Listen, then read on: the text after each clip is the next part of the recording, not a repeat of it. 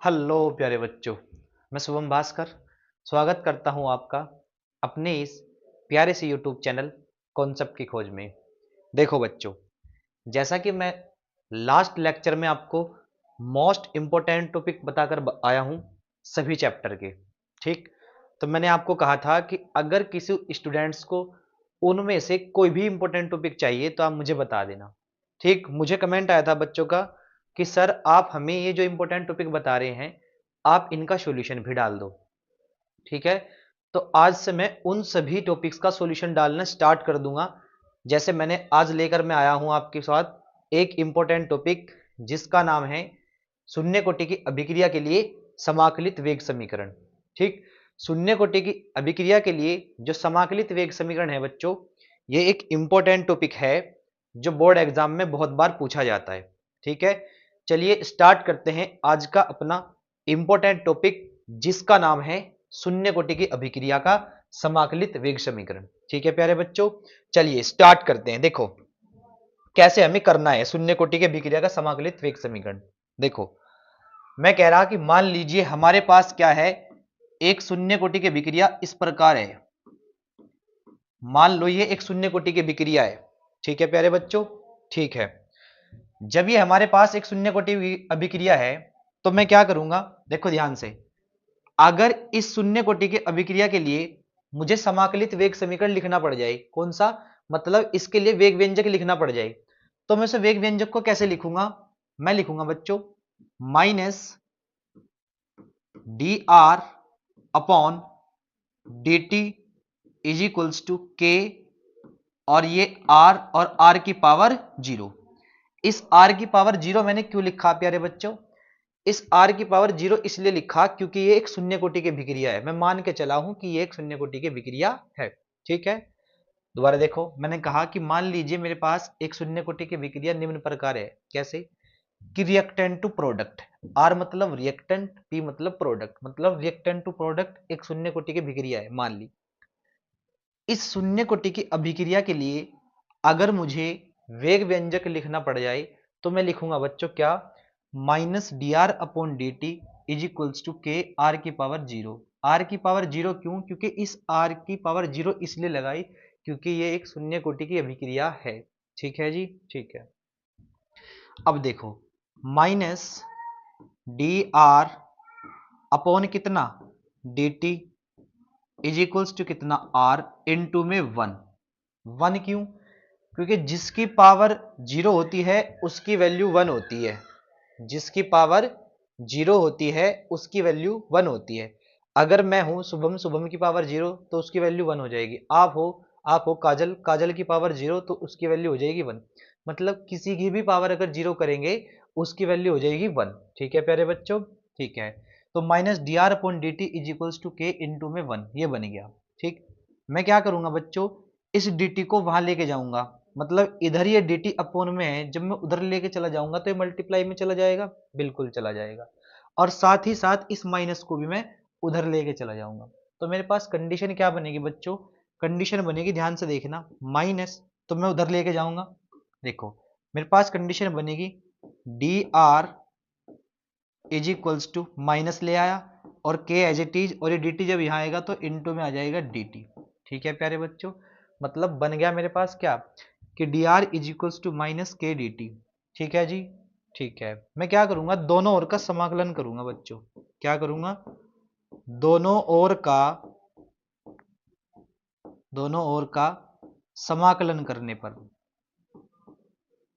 दोनों ओर का समाकलन करने पर, तो जब मैं दोनों ओर का समाकलन करूंगा तो ध्यान से देखना बच्चों क्या होगा, टी आर का भी समाकलन करेंगे। तो देखो मैंने लिखा डी आर, ये लिख दिया डी आर और इसका किया समाकलन।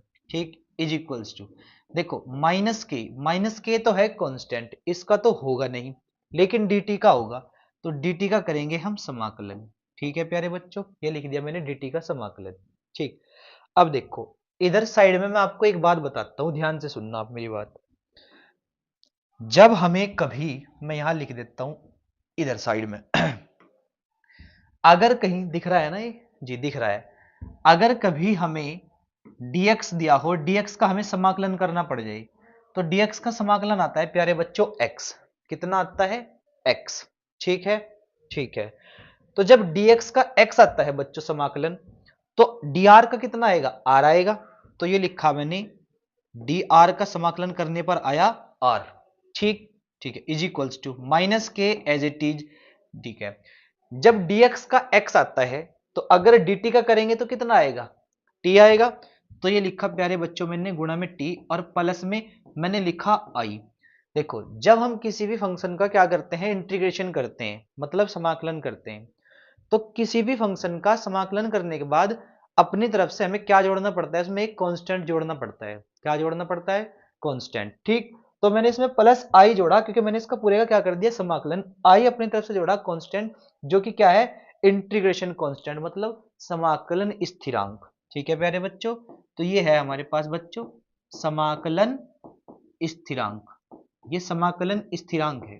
ठीक है जी, ठीक है, समाकलन स्थिरांक।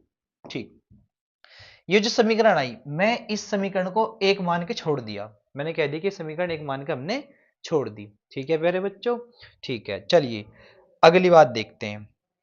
ठीक, यहां एक मैं ऐसे समझाता हूं इधर की साइड। ठीक है, देखो, इसके बाद हमारे पास समीकरण, मैं कह रहा कि यदि, दिख रहा है ना भाई, यदि t बराबर 0 हो तो r बराबर भी क्या होगा बच्चों? r बराबर भी होगा r0। मतलब अगर t 0 है तो r भी क्या होगा? 0 होगा। क्यों? क्योंकि देखो, जब समय 0 है, समय मतलब अभिक्रिया शुरू ही नहीं हुई, तो जब अभिक्रिया शुरू नहीं हुई तो जो हमारा r है उसमें भी तो कोई चेंज नहीं हुआ होगा। t बराबर r, t बराबर 0 है तो r बराबर भी क्या होगा? r0 होगा। इसमें भी कोई चेंज नहीं होगा, वो भी अपनी प्रारंभिक अवस्था में होगा। ठीक, तो t के स्थान पर 0 और r के स्थान पर r0 रख दो समीकरण एक में। ठीक, तो समीकरण एक से, समीकरण एक से, ठीक, तो देखो, जहां r है वहां आप क्या रख दोगे? r0, और जहां t है वहां क्या रख दोगे? 0। तो देखो, यहां r है तो r के स्थान पर क्या रख दूं? r0 is equals to minus K into में क्या है? t के स्थान पे क्या? 0, इंटू में 0 प्लस क्या? i। ठीक, तो बच्चों देखो, ये जब 0 से मल्टीप्लाई करेंगे तो इतनी चीज तो 0 ही हो जाएगी। मतलब हमारे पास जो बचेगा वो बचेगा r0 is equals to i। क्या बचेगा प्यारे बच्चों? r0 is equals to i। अब ये जो i का मान है, इस i के मान को आप समीकरण एक में रख दो। यदि समीकरण एक, मतलब i का मान समीकरण एक में रखने पर, समीकरण एक में i का मान रखने पर, i का मान रखने पर, ठीक है जी, तो देखो रखते हैं। आओ, ये r, तो ये तो मैंने लिखा r as it is equals to minus k t as it is plus I के स्थान पर क्या रखूं? r0, ये रख दिया r0। ठीक है प्यारे बच्चों, तो ये रख दिया r0। ठीक, अब देखो, ये जो के टी है ये इधर माइनस का, अगर मैं इधर ले आऊं तो प्लस का हो जाएगा, तो के टी तो हो गया इधर प्लस का, इज इक्वल्स टू ये r0 एज इट इज, ये लिख दिया r0। ये r इधर माइनस प्लस का था, उधर जाकर माइनस का नहीं हो जाएगा, तो ये लिख दिया r।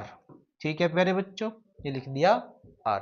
ठीक, अब अगर मैं यहां से t का मान निकालना चाहूं तो मैं t का मान निकाल सकूं, और अगर मैं यहां से k का मान निकालना चाहूं तो बच्चों मैं यहां से k का मान भी निकाल सकता हूं। जैसे मैं k का निकाल लेता हूं तो k इज इक्वल्स टू हमारे पास बन जाएगा r0 माइनस क्या? r। ठीक है प्यारे बच्चों, तो ये है हमारे पास क्या? शून्य कोटि की अभिक्रिया का समाकलित वेग समीकरण। और यहां बटे में क्या लिखना? हमें बटे में लिखना बच्चों में यहां t, क्योंकि हमने k का मान निकाला। ठीक, तो ये है हमारे पास शून्य कोटि की अभिक्रिया का समाकलित वेग समीकरण। ठीक है प्यारे बच्चों, तो आई होप आपको ये समझ में आया होगा बच्चों। ठीक, आज के लिए इतना ही काफी, फिर मिलेंगे नेक्स्ट टॉपिक के साथ, और वो भी इंपॉर्टेंट टॉपिक के साथ। ठीक है प्यारे बच्चों, आप इसे नोट कर लो, इसका स्क्रीनशॉट ले लो। ठीक है प्यारे बच्चों, ठीक है।